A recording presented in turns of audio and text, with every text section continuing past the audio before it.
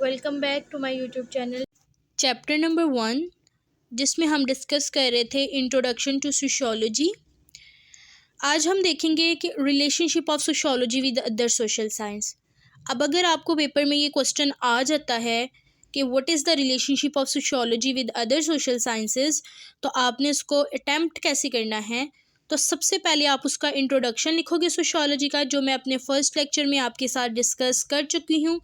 Derivation of the term, interpretation of the term, definition, origin, main exponent, and then आप heading देंगे relationship of sociology with other social science. अब ये जो ऊपर की 6 headings हैं, इनको मैं अपने पिछले लेक्चर में डिस्कस कर चुकी हूँ। आप इनको अंडरस्टैंड करने के लिए एक दफ़ा फर्स्ट लेक्चर लाजमी सुन लें ताकि आपको ये सारे पॉइंट्स अच्छी तरह से क्लियर हो जाएं। आज हम डिस्कस करेंगे relationship of sociology with other social science. अब सोशियोलॉजी का रिलेशन है पॉलिटिकल साइंस के साथ, इकोनॉमी के साथ, हिस्ट्री के साथ, एंथ्रोपोलॉजी के साथ। सोशियोलॉजी का और भी अदर सोशल साइंसेस के साथ रिलेशनशिप है, लेकिन इस लेक्चर में हम लोग जस्ट इन 4 को डिस्कस करेंगे कि सोशियोलॉजी का इन सोशल साइंसेस के साथ किस तरह से रिलेशनशिप बनता है। सबसे पहले हम देखते हैं सोशियोलॉजी एंड पॉलिटिकल साइंस कि सोशियोलॉजी का पॉलिटिकल साइंस के साथ क्या रिलेशन है। अब sociology is the study of human social structure, behaviour and activities. कि सोशियोलॉजी जो है वो इंसान के मुआशरे की स्टडी है, इंसान के एक्टिविटीज़ की स्टडी, इंसान के बिहेवियर की स्टडी है। लेकिन जो पॉलिटिकल साइंस है वो स्टडी है स्टेट, गवर्नमेंट और उससे रिलेटेड चीज़ों की। अब सोशियोलॉजी और पॉलिटिकल साइंस जो हैं वो दोनों सोशल साइंसेस हैं, दोनों एक दूसरे में बहुत ज़्यादा रूटेड हुई हुई हैं। अब वो कह रहे हैं कि sociology is like a tree and political sciences it's branches. कि ये दोनों सोशल साइंसेस इस तरह से एक दूसरे के ऊपर डिपेंड करती हैं कि जिस तरह से एक ट्री है और ट्री के ऊपर ब्रांचेस लगी हुई हैं। ट्री जो है वो सोशियोलॉजी है और उसकी ब्रांचेस जो हैं वो क्या है, पॉलिटिकल साइंस। अब हम देखते हैं कि इन दोनों के दरमियान क्या सिमिलैरिटीज़ हैं और इन दोनों के दरमियान क्या डिफरेंसेस हैं। सबसे पहले हम सिमिलैरिटीज़ को डिस्कस करते हैं। अब स्टेट क्या है? State is the study of political science. तो बेसिकली ये पॉलिटिकल साइंस के बारे में डिस्कस कर रहे हैं कि state is a part of society. कि जो पॉलिटिकल साइंस है, जो स्टेट है, वो सोसाइटी का हिस्सा है। तो अगर हमने स्टेट को पढ़ना है तो मतलब सोसाइटी को पढ़ना पड़ेगा, अगर सोसाइटी को पढ़ना है तो मतलब स्टेट को पढ़ना पड़ेगा। दोनों हो गई ना एक दूसरे के साथ सिमिलैरिटीज़। नेक्स्ट आ जाएगा sociology provide helping material to political science in order to understand its subject matter. कि सोशियोलॉजी जो है वो पॉलिटिकल साइंस को हेल्प आउट करती है कि वो अपना सब्जेक्ट मैटर को अंडरस्टैंड कर सके। कौन से सब्जेक्ट मैटर? कि स्टेट किस तरह से एग्जिस्टेंस हुई, कौन कौन से सोशल फिनोमिनाज हुए तो स्टेट एग्जिस्टेंस में आई, किस तरह से एक सोसाइटी। देखे ना स्टेट बनी कैसे है। सबसे पहले एक फैमिली बनी, फैमिली से क्लैंस बने, क्लैन से हमारे पास ट्राइब बने, ट्राइब से हमारे पास सिटी स्टेट्स बनी, फिर उसके बाद हमारे पास स्टेट इवॉल्व हुई। तो ये सब कुछ कैसे बना? जैसे जैसे लोग मिलते गए, ग्रुप्स बड़े होते गए, तो लोगों के मिलने से तो सोसाइटी प्रोड्यूस होती है ना, सोसाइटी जनरेट होती है। तो सोसाइटी किस तरह से स्टेट एग्जिस्टेंस में आई, तो इसको अंडरस्टैंड करने के लिए हमें सोसाइटी को पढ़ना ज़रूरी है। तो इस तरह से ये इनकी सिमिलैरिटी हो गई। नेक्स्ट आ जाएगा कि जो सोशियोलॉजिकल एक्टिविटीज़ हैं वो इन्फ्लुएंस करती हैं वर्किंग स्ट्रक्चर ऑफ स्टेट। अब जो सोशियोलॉजी एक्टिविटी हैं, सोशियोलॉजिकल मतलब सोसाइटी के अंदर जो एक्टिविटीज़ हो रही हैं वो स्टेट के वर्किंग स्ट्रक्चर को इफ़ेक्ट कर रही हैं। किस तरह से? जैसे करप्शन, हॉर्स राइडिंग। अब करप्शन क्या है? एक समाजी बुराई है ना, लेकिन वो स्टेट को भी इफ़ेक्ट कर रही है, उसकी वजह से स्टेट भी सफ़र करती है। नेक्स्ट आ जाएगा sociological custom become the basis for law making for the state. अब सोशियोलॉजिकल कस्टम किस तरह से लॉ मेकिंग में इन्फ्लुएंस करेंगे। जैसे पाकिस्तान को देखा जाए, यहाँ की सोसाइटी का रिलीजन क्या है? इस्लाम। तो हमारे लॉज किसके अकॉर्डिंग बनते हैं? According to the teaching of Quran and Sunnah. इसी तरह से अगर हिंदुज़म में देखा जाए, इंडिया में देखा जाए, तो वहाँ पे हिंदुज़म की बेस पे लॉज बनते हैं। तो इसी तरह जो सोशियोलॉजिकल कस्टम्स हैं वो लॉ मेकिंग में भी इन्फ्लुएंस होते हैं। नेक्स्ट आ जाएगा social life is regulated and control by the state. अब जो स्टेट है वही हमारी सोशल लाइफ को रेगुलेट कर रही है ना, लॉज को बना के।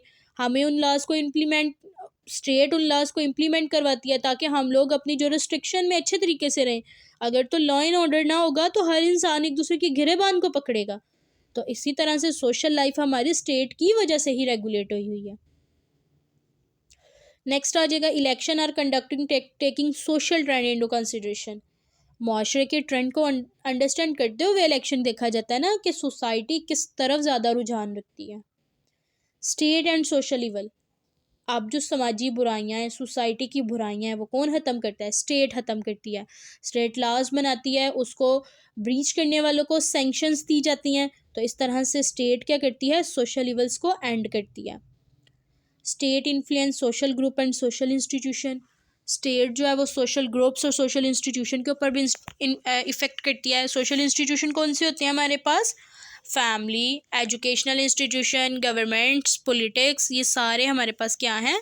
सोशल इंस्टीट्यूशंस हैं। ये थी कुछ सिमिलैरिटीज़। अब हम इनके डिफरेंसेस डिस्कस करते हैं कि सोशियोलॉजी और पॉलिटिकल साइंस के दरमियान क्या डिफरेंस है।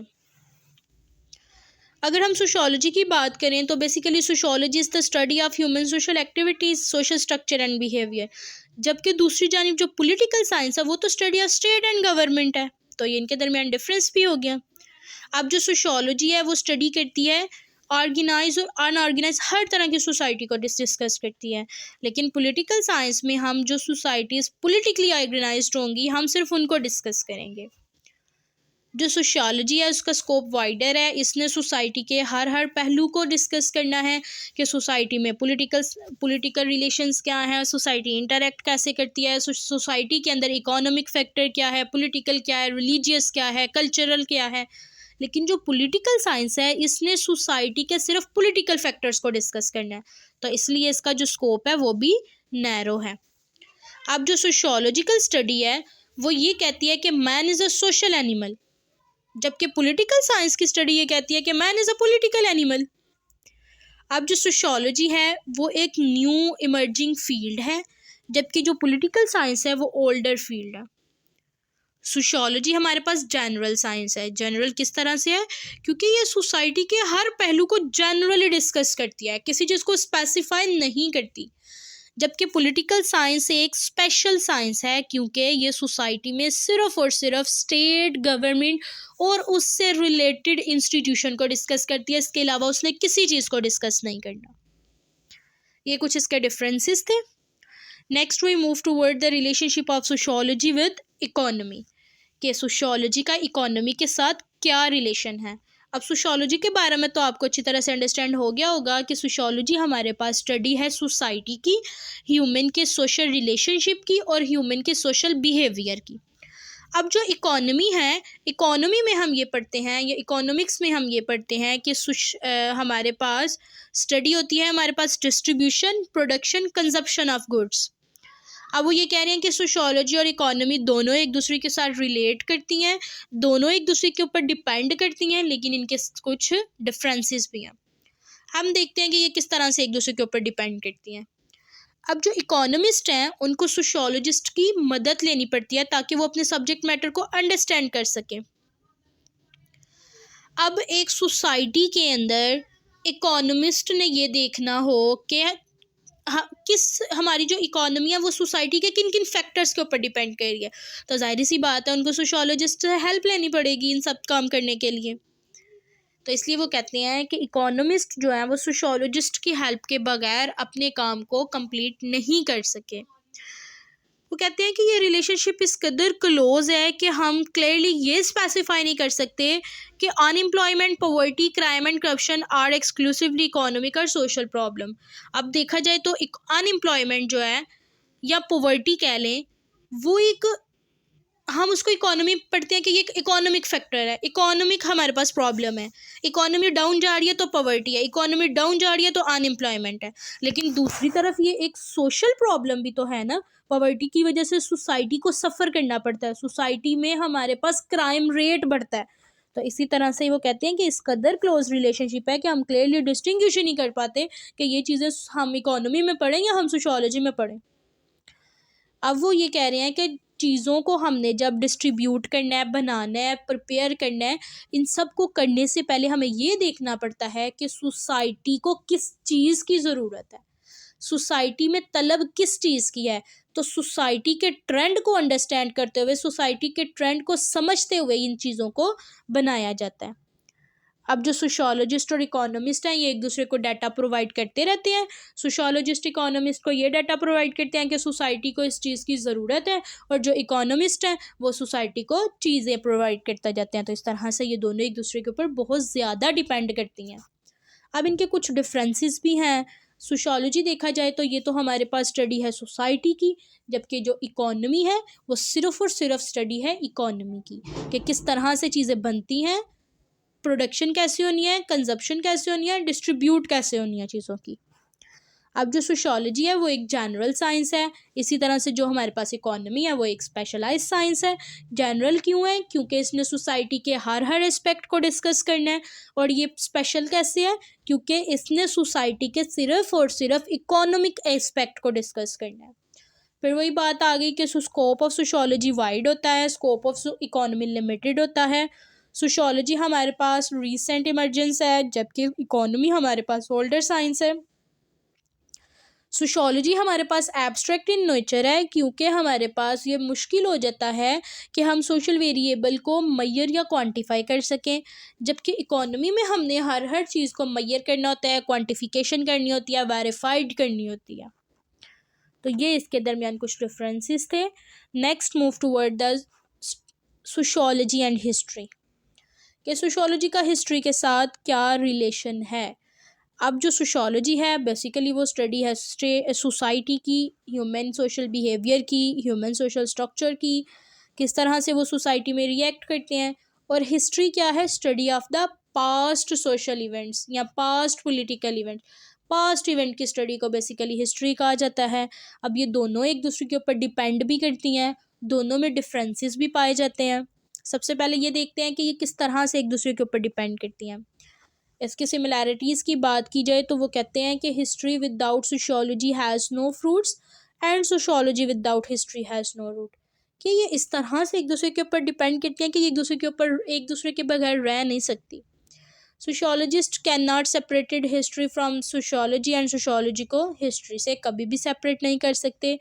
हिस्ट्री बेसिकली है पास्ट की सोशियोलॉजी, के पास्ट में सोसाइटी में क्या हुआ था, लेकिन जो सोशियोलॉजी है वो प्रेजेंट की हिस्ट्री है, मौजूदा दौर में क्या हो रहा है। आज का दिन अगर गुजर जाए, आज को इवेंट रूनमा होता है, आज तो वो सोशियोलॉजी में हम डिस्कस करेंगे कि आज सोसाइटी में ये चीज़ हुई है। अब वो चीज़ जब किताब में तहरीर हो जानी है, वो एक हिस्ट्री बन जानी है, तारीख बन जानी है, तो वो हम किस पर डिस्कस करेंगे? हिस्ट्री में। अब वो कह रहे हैं कि अगर हम सोशियोलॉजी को अप्रिशिएट ना करें, कि सोशियोलॉजी के बगैर हिस्ट्री पढ़ना नामुमकिन है, तो ये एक गलत चीज़ होगी, क्योंकि सोशियोलॉजी के बगैर हिस्ट्री एक नामुकम्मल है, इसको अच्छी तरह से अंडरस्टैंड नहीं किया जा सकता। Next move toward the differences basically हमारे पास सेम ही होते हैं, जो आप एक के याद कर लो वही बार बार उन्हीं में तो आप सारा घुमा फिरा के बात वही आ जाती है कि सोशियोलॉजी स्टडी ऑफ सोसाइटी है, ह्यूमन सोशल बिहेवियर है, सोशल इंटरेक्शन है। लेकिन जो हिस्ट्री है वो क्या होती है? हमारे पास मैंस का रिकॉर्ड होता है, systematic record of man's life. फिर उसके बाद स्कोप ऑफ सोशियोलॉजी वाइडर होता है, हिस्ट्री का लिमिटेड होता है। फिर उसके बाद ये कह देंगे कि सोशियोलॉजी हमारे पास एक जनरलाइज साइंस है, हिस्ट्री हमारे पास एक स्पेशल साइंस है। क्यों? क्योंकि सोशियोलॉजी हर एस्पेक्ट को डिस्कस करती है, हिस्ट्री सिर्फ पास्ट के एस्पेक्ट को डिस्कस करती है। अब जो सोशियोलॉजी है उसने सिर्फ प्रेजेंट के बारे में डिस्कस करना है, लेकिन जो हिस्ट्री है उसने प्रेजेंट के बारे में उसने हमें फ्यूचर के बारे में उसने हमें पास्ट के बारे में बताना है और फ्यूचर के बारे में नहीं बताना, या प्रेजेंट के बारे में नहीं बताना, सिर्फ पास्ट इवेंट को बताना है। लेकिन सोशियोलॉजी ने तो हमें पास्ट भी बताना है, प्रेजेंट भी बताना है, फ्यूचर के बारे में भी प्रिडिक्ट करना है। ठीक है, ये थी इसके डिफरेंसेस। अब चलते हैं सोशियोलॉजी एंड एंथ्रोपोलॉजी की तरफ। तो यहाँ पे हम इसको डिस्कस करने से पहले ये अंडरस्टैंड कर लेते हैं कि एंथ्रोपोलॉजी होती क्या है और ये हिस्ट्री से किस तरह से डिफरेंस है। हिस्ट्री में तो हम ये पढ़ते हैं ना, वार के बारे में, पॉलिटिकल इवेंट्स के बारे में, हर चीज़ के बारे में। लेकिन एंथ्रोपोलॉजी में हम इंसान की पैदाइश के पहले दिन से लेके आज तक की स्टडी करते हैं।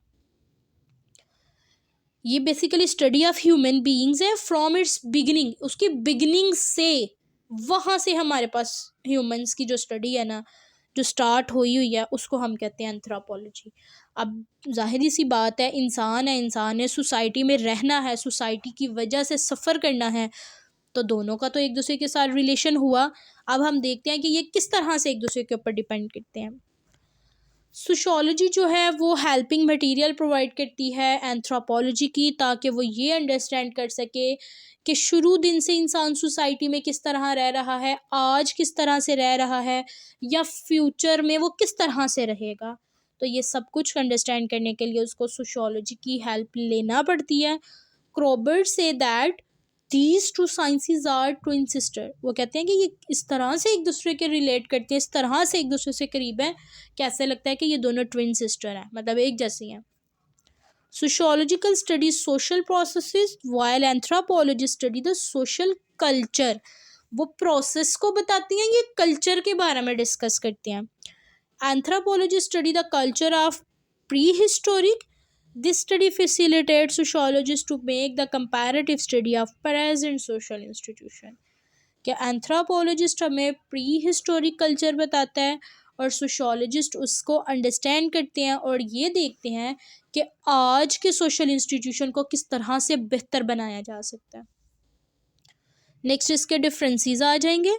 डिफरेंसेस में हमारे पास क्या आ जाएगा, वही वाली बात कि सोशियोलॉजी की डेफिनेशन क्या है, एंथ्रोपोलॉजी की क्या है। सोशियोलॉजी हमारे पास study of human social behaviour activities के बारे में होता है, जबकि हमारे पास जो एंथ्रोपोलॉजी है वो हमारे पास इंसान की स्टडी है, उसकी पहले दिन से लेके आज के दिन तक। सोशियोलॉजी है वो डील करती है ह्यूमन सोसाइटी के साथ, जबकि एंथ्रोपोलॉजी है वो कल्चर है, prehistoric period. Sociology generalize science है, एंथ्रोपोलॉजी स्पेशलाइज साइंस है। सोशियोलॉजी एक एब्स्ट्रैक्ट साइंस है, जबकि एंथ्रोपोलॉजी एक कंक्रीट साइंस है। सोशियोलॉजी का स्कोप वाइडर होता है, जबकि एंथ्रोपोलॉजी का स्कोप लिमिटेड होता है। यहीं तक थे हमारे पास चार के चार हमने जो डिस्कस किए हैं कि सोशियोलॉजी का हमारे पास पॉलिटिकल साइंस के साथ क्या रिलेशन है, इकोनॉमी के साथ क्या रिलेशन है, हिस्ट्री के साथ क्या रिलेशन है, और एंथ्रोपोलॉजी के साथ क्या रिलेशन है। एंड पे आपने कंक्लूजन लाजमी देना है।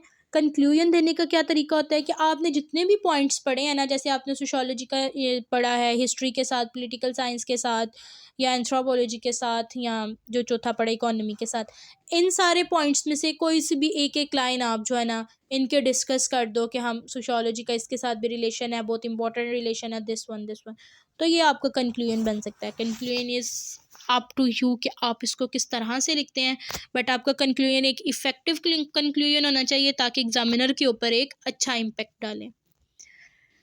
यहीं तक था आज का हमारा लेक्चर। अगर इसमें से किसी भी चीज़ की समझ ना आए तो feel free to ask in comment section. अल्लाह हाफिज़।